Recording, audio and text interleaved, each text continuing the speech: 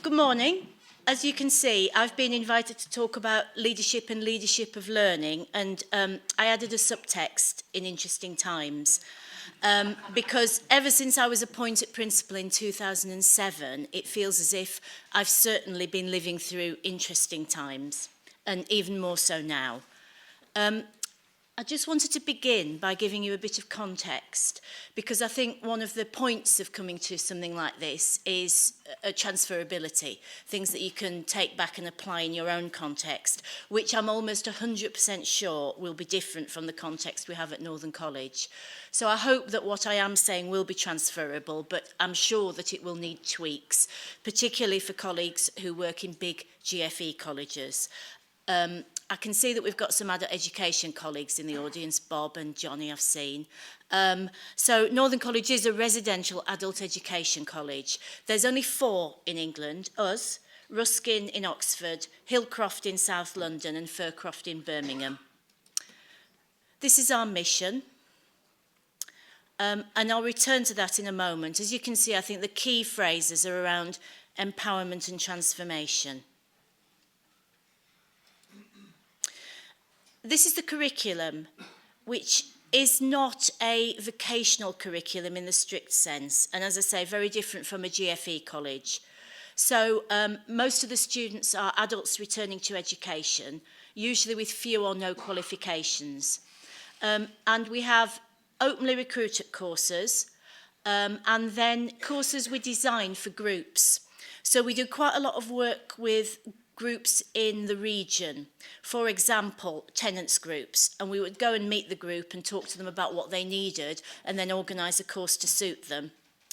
And we also have courses for people who are active in local communities. So quite a lot of trade union studies in partnerships with trade unions, parenting courses, teacher education, but slightly different. So the teacher education is aimed at people who are involved in community activity, perhaps as trainers in the voluntary and community sector. A lot of them do end up moving into adult education or FE, but that's not the primary purpose of the teacher education programme. All the students are over 19, but mostly considerably older. The oldest student I taught at college was 84, and most would be sort of 30s, 40s. As you can see, quite a lot of unemployed or unwaged and people with learning difficulties or disabilities, and quite high numbers of people with few or no qualifications. Most of our courses are very short, intensive residential courses. The typical pattern would be come in on Monday, leave on Wednesday, come in on Wednesday, leave on Friday, come in on Friday, leave on Sunday, and that runs throughout the year. But we do have courses, full-time courses, where people would live at the college for a year, sometimes with their children who would go to local schools or attend our children's centre. And as you'd expect with short courses, the whole college success rates are high, but our full level 3 as well, we got 91% in 13-14.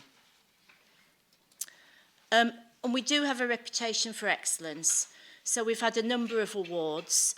Most recently, we were really proud, actually. One of our students won Adult Learner of the Year award a couple of weeks ago and gave a really stonking speech at a parliamentary reception, which was great because students, I'm sure for all of us, are the best advocates for our work. One of the things I'll touch on is our Ofsted inspection. We were inspected in 2006 and we got grade 1 in every area. And then there was a long gap, 7 academic years. And I think a lot of people can predict when they're going to get an inspection. For us, that wasn't possible. So there was no sense of being able to prepare. And in fact, we got the call almost exactly a year ago. And once again, I was very relieved that they found us outstanding in all areas. And you know the box where it says what the provider needs to do to improve? It said no significant improvements required, which we were very proud of. Oh, thank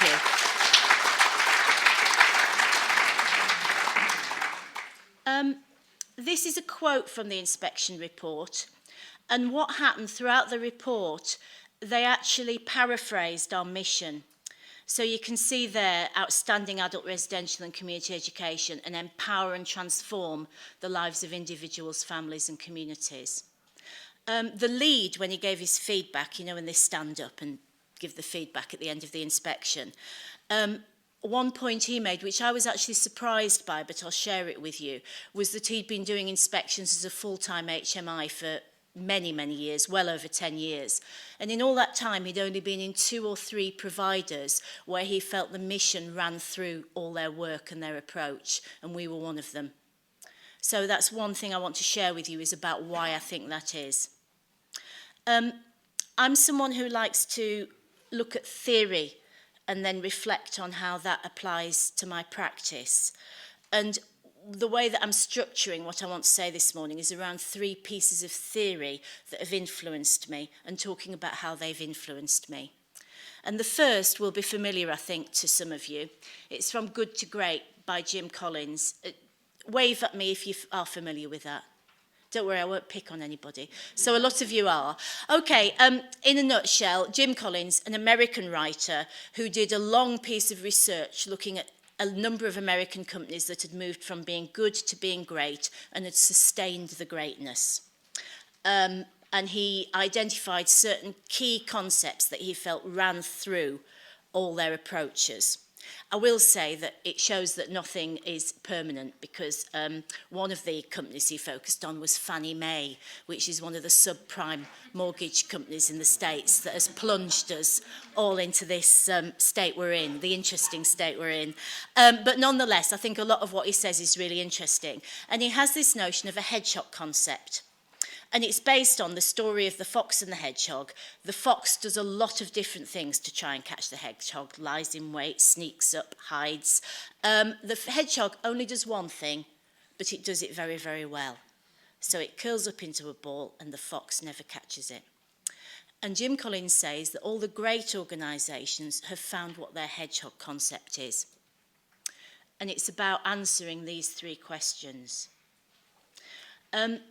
Virtually as soon as I was appointed principal, the college started having financial problems following the Leach report and the movement of money away from adult education. That coincided with South Yorkshire, where the college is, losing Objective 1 status. So all the money that had been around for projects vanished too.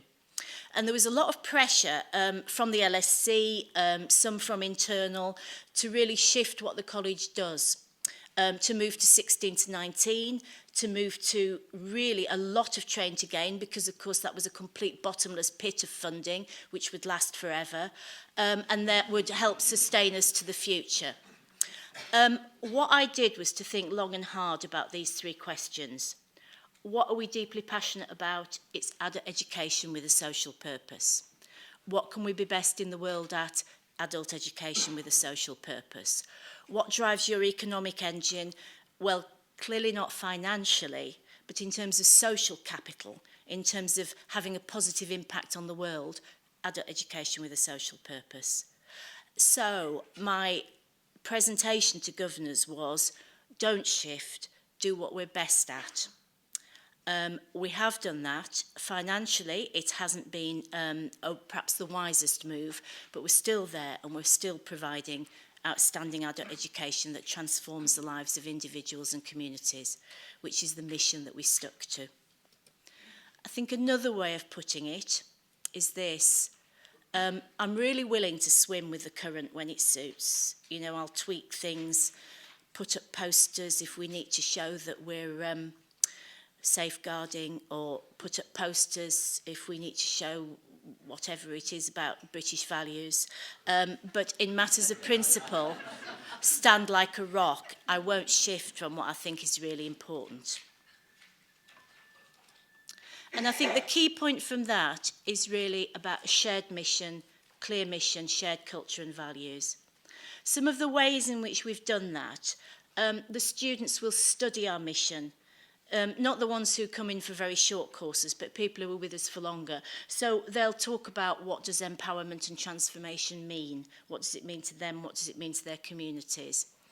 And every year we have what we call slice groups, which is where people from across the organisation, so SMT, cleaners, children's centre staff, registry staff, tutors, will get together and talk about a common issue. which is often related to the mission. And I think those are some of the ways in which the mission becomes embedded. Also, although we review the mission every 3 years, we very rarely change it. I mean, it is tweaked. We add words, take words out. But that process of renewal, I think, really helps stick the mission and the values in people's minds. The second piece of research is a short article that appeared in the Harvard Business Review in 2009, Leadership in a Permanent Crisis, and it's by Heifetz, Grashow and Linsky. Those of you who read around leadership, Heifetz and Linsky wrote a book called Leadership on the Line that's often quoted in things. But this article was really interesting, I thought, because what it started out, its basic thesis was, don't think that this crisis is something that's going to go away. You know, you can't talk about when we're back to normal, because we never will be back to normal. It's permanent. And certainly 6 years on from summer 2009, I think I'd agree. And they do something very similar to Jim Collins. So they identify what they think leaders should be doing in this permanent crisis. And they talk about fostering adaptation. So avoid complex and detailed plans, because the more complex and detailed they are, the more focused you get on looking at them and going ahead, the more likely you are to be on the wrong path. Instead, you need to run numerous experiments, try different things out, and that is something I've really tried to do within the context of sticking to the mission.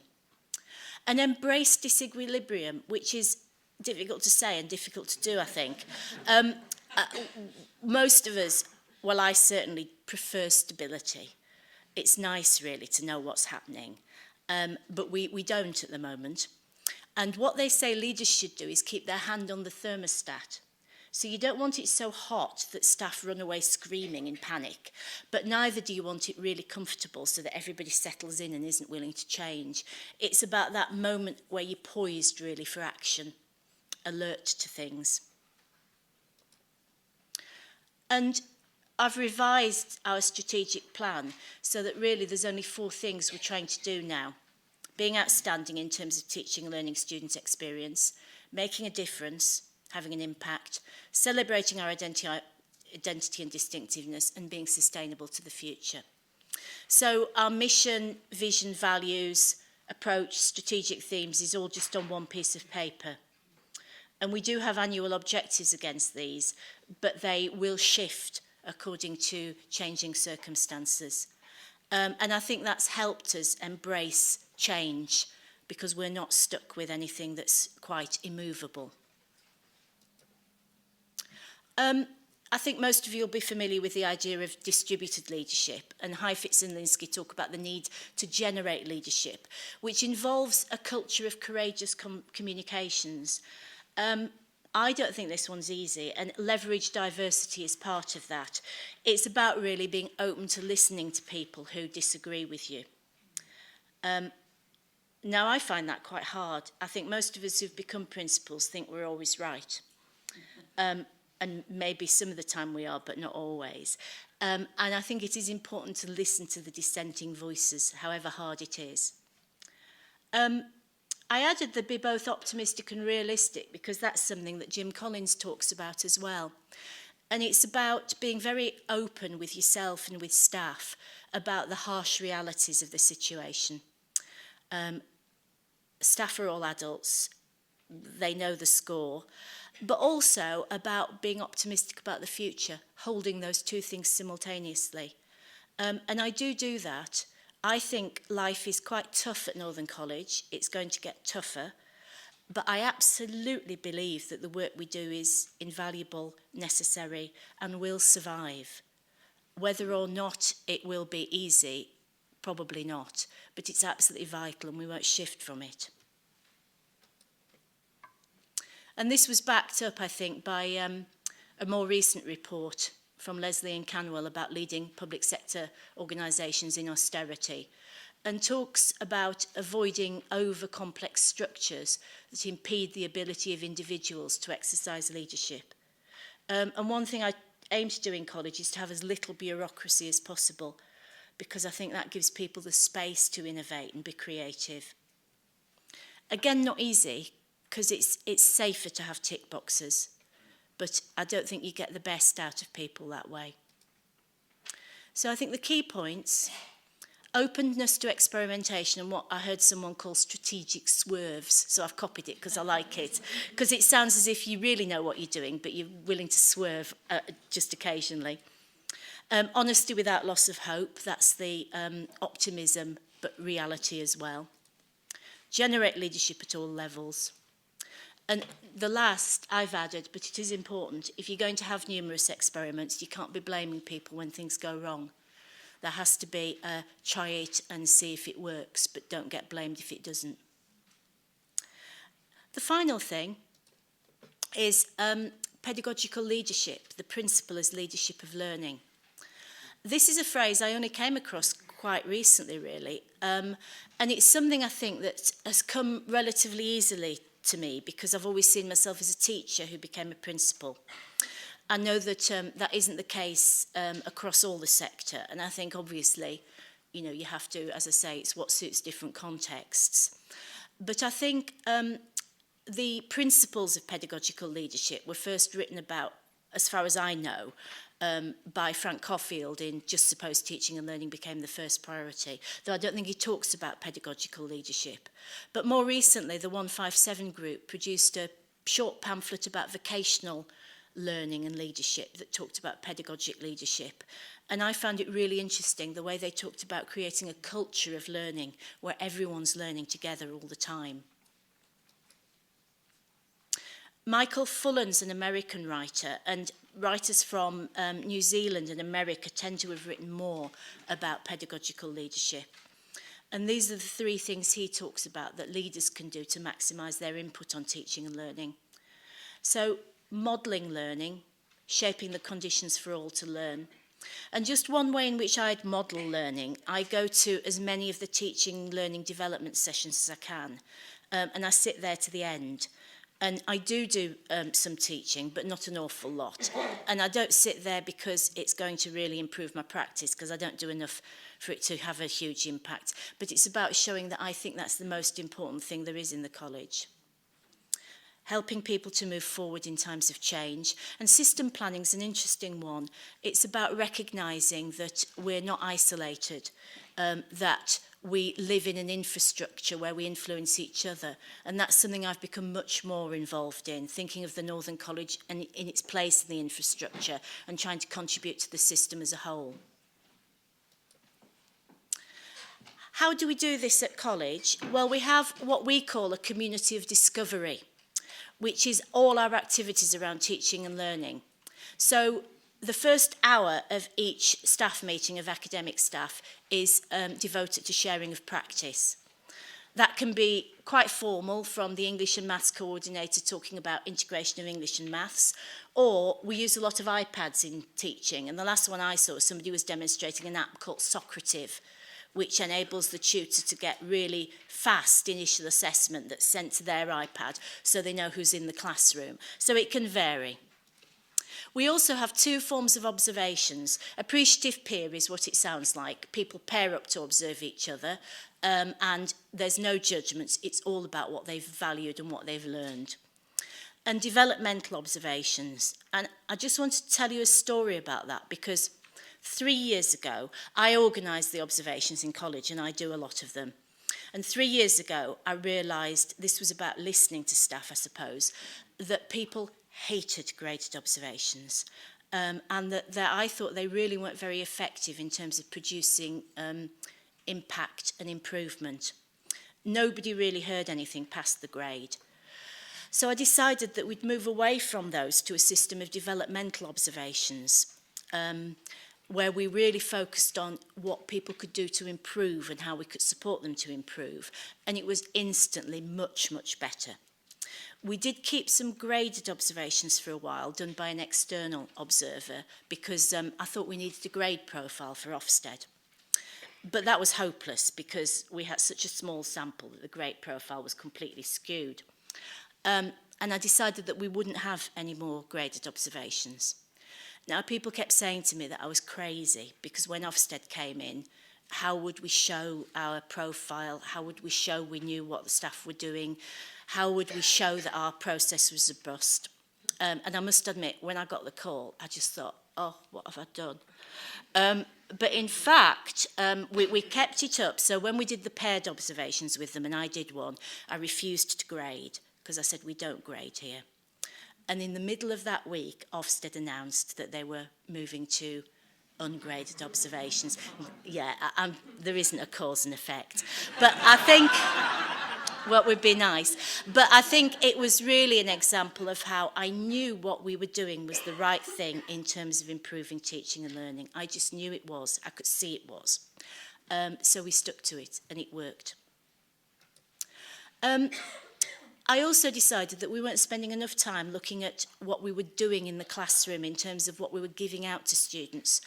You don't see much when you observe a class, and people tend to keep their materials to themselves. So we started a peer review of materials. So I will meet with tutors in pairs and we'll share ideas about materials. They'll show the materials they're using for a module. We started just generically, but now each year we have a changing focus. So we've had integration of English and maths, integration of equality and diversity. This year we're doing use of learning technology. And when Ofsted came in last year, one of the things they said was outstanding across the curriculum was integration of equality and diversity, even in things like computer programming. And we'd been doing the peer review of materials on integration of equality and diversity that year, and I'm sure it paid off. Just to show you that not everything is rosy in the world of Northern College, I thought it'd be a great idea to have a reading group. Free lunch, sandwiches. We'd all read a chapter of something like Hattie or Caulfield or Bell Hooks, and we'd come together to talk about it, you know, this sort of theory and practice. Well, it bombed. I don't know why. I used to persuade people who wanted the free lunch to come along. Anyway, it didn't work. I don't know why. I might try it again in a different guise. I think maybe I'm more keen on theory than other people are, or who knows, but it didn't work. And then we do have standard CPD sessions, mostly internal because external trainers tend to be quite expensive. We usually have one a year, but it's mostly internal. And that is, of course, related to issues that have been raised as a result of the developmental observations. So I think the key points, the centrality of teaching and learning, particularly as demonstrated by leaders within the organisation. In my case, I have a very much hands-on approach to teaching and learning, which may not be possible in a larger college. I do recognise that. Be tenacious about improvements, but only sweat the small stuff where it matters. My example there is about lesson planning. I know that a number of organisations have a pro forma that everyone must use in lesson plans.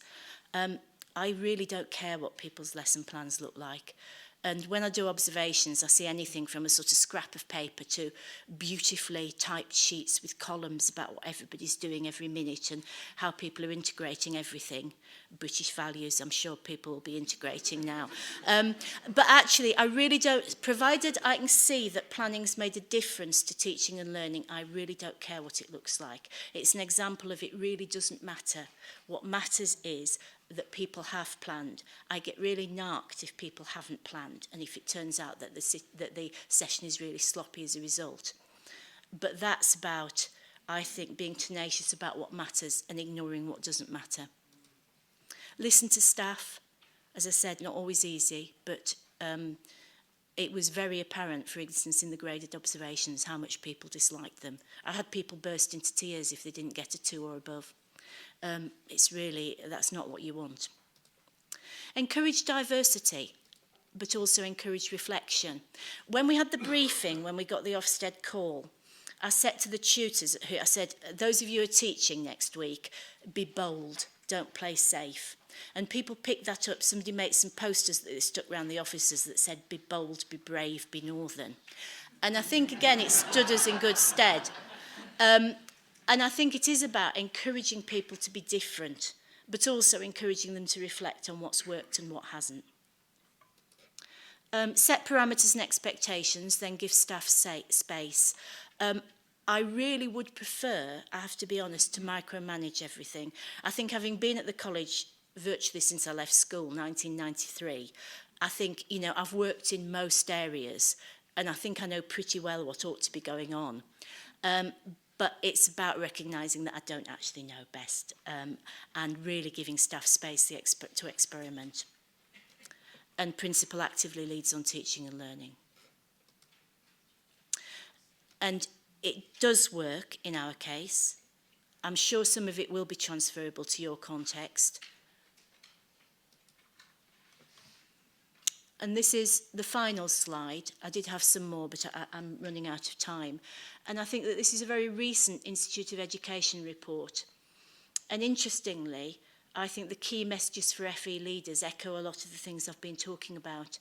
So it is about knowing yourself, your values, and what you'd resign for. I think I would have left the college if we'd moved into train to gain.